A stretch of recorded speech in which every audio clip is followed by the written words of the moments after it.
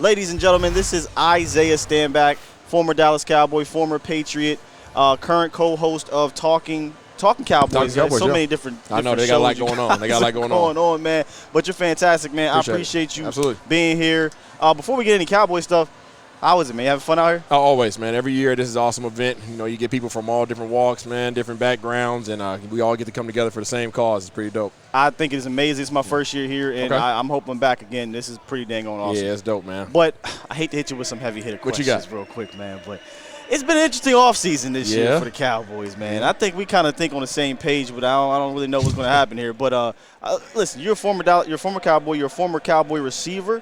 They just lost their number one receiver. Do you think the Lamb and Dak combination can replace the Cooper and Dak combination? You can't replace Coop unless you go grab somebody else who is respected around the league like that. CeeDee has proven himself. I mean, CeeDee was the number one receiver for the Dallas Cowboys. I don't think people will put him in the same category as Coop, but based upon the numbers last year, that's how Dallas values him. So that's all that really matters. How they value him and how they're going to utilize him. I think Dallas rests more of their confidence in Kellen Moore versus a true number one. And the guys that they brought in, it really is evident that that's the route they're going. So CeeDee will be quote-unquote number one. But then Gallup gets back. You got James Washington. You got Tolbert, who looks really good. So, I mean, you have an ensemble of guys, man, they're gonna contribute. An ensemble of guys. See, it's not the same feel as last year when you had the big three. No, but I think they're getting away from that. And I think with Kellen Moore as their leader on offense, because that's what it is, I think that's the route they're trying to go. They don't want anybody to be a true number one. They want it to come from different areas, you know. So system over the players. Yeah, I mean, because you look at other teams use their number one as a true number one. And, you look at the Super Bowl, who's going to get the ball for L.A.? Cup. It doesn't matter where, how many people you put on him, he's getting the rock because he's our playmaker. Dallas doesn't operate like that.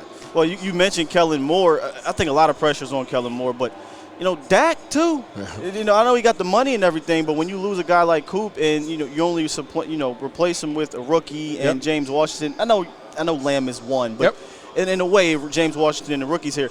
Dak, I think, and I love Dak, but I think he's under immense pressure this year. Kind of your overall thoughts on Dak going into this season? Yeah, I mean, Dak, anytime you're quarterback of Dallas Cowboys, you're going to have a ton of pressure on you. But, he has that. I think he needs to be better. I don't think that he would kind of shy away from that statement. I think he has to improve his velocity and improve his accuracy. They've always had guys around him that can make it not look as bad. But from my perspective, those are some things he needs to clean up. But again, based upon the guys they're putting around him, they're not going to force him to throw the ball down the field as much. They're going to really start bringing that thing down anywhere under 20 yards and under. I think that's where they're going to try to focus and really start trying to get back to just moving the ball. When the Dallas Cowboys were most successful, they weren't really launching things over somebody's head. They were toting that rock and they were just moving the chains. Yeah. So you played a bunch of different positions from college all the way to the pros. We got a guy who can do a little bit of that, I think. We'll see. Tony Pollard. And you talked about throws not over 20 yards. I think TP is going to be used in that 10, 15-yard range. You think he can transition into some of that slot stuff because he's doing a little bit of it right now? I think he's going to have to. I think, it's going to be very interesting to see how much they utilize him at the actual true running back position this year, coming on the heels of what he did last year. But also, you're going to have a healthy Zeke to start the year. So if you can keep Zeke healthy, if you can find a way to get that ball moving on the ground, I think TP is going to have to find a more active role coming out the backfield, going into the slot. And James Washington is going to add a lot to that as well because guys are going to have to respect him underneath.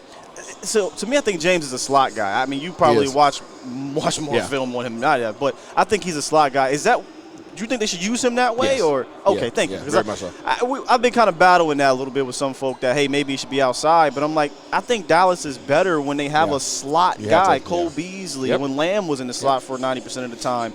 Said last year, and I think it will help Dak to have somebody they trust in there. So you see that a little bit. Absolutely, with James? I think this NFL that you're in now, you have to have a guy that can work underneath. I mean, it's the reason why Dalton Schultz is freaking franchise right now. Dalton Schultz isn't running past anybody, but guess what? He's going to get paid like he's running past people simply because that's where the ball gets delivered, which is underneath. Yeah. One last thing about Schultz, man. I don't want to put you too much on the spot here. He franchise tight end to the Cowboys. That's a damn good answer. I'm gonna just leave it at that. Yeah. Just leave it at that. Hey, listen, Zay, can I call you Zay? Yeah, for sure. I appreciate you Oh, joining most in, definitely, man. Have fun out here. Yeah, for sure. Can you hit a home run for me? I'm gonna try, man. I'm gonna try. That ball's not going nowhere, man. But I I'm see gonna try. somebody was hitting him. Yeah, that dude. Yeah, second deck. He's Was a professional softball player. Look, I did not say that. Yeah. I said I bet you he's a professional. Yeah, and he was, man. Absolutely. Appreciate you, dog. Of Have course, fun, man, brother. For sure. Appreciate you guys, man. Yep.